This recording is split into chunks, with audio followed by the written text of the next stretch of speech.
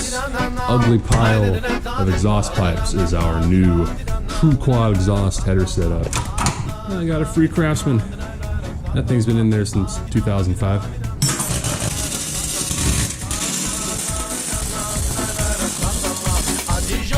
The welds aren't very good, but they don't need to be. This isn't staying on, it's only temporary, so.